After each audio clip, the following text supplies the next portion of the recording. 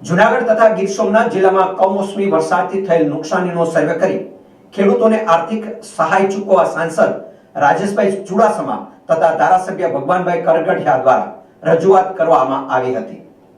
જૂનાગઢ તથા ગીર સોમનાથ જિલ્લામાં કમોસમી વરસાદ થયેલ છે।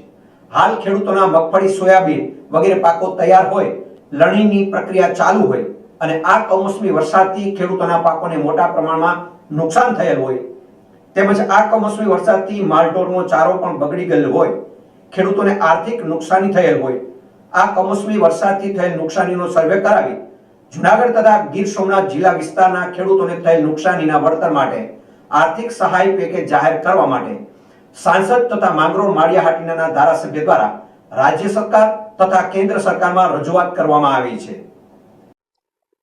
છેલ્લા 3 દિવસથી સૌરાષ્ટ્રમાં કમોસમી વરસાદના હિસાબે ખેડૂતોના પાક જેવા કે સોયાબીન છે, મગફળી છે, એ પાકને ખૂબ જ નુકસાન ગયું છે। અમુક ખેડૂતોએ પાક પોતાનો લણી લીધો હતો અને ખેતરમાં પણ પડ્યો હતો અને માંડવીના પાત્ર પણ ખેતરમાં હતા। એ દરમિયાન કમોસમી વરસાદ થતાં ખેડૂતોને ખૂબ જ નુકસાન ગયું છે। ઘાસચારાને પણ ખૂબ જ નુકસાન ગયું છે। એના માટે અમે સરકારમાં મેં આજે લેટર લખ્યો છે કે ખેડૂતોને સર્વે કરીને તાત્કાલિક સહાય મળવી જોઈએ અને 1-2 દિવસમાં અમે મુખ્યમંત્રીને રૂબરૂ મળીને પણ વહેલામાં વહેલી તકે સહાય આપે એવી અમે રજૂઆત કરવાના છે।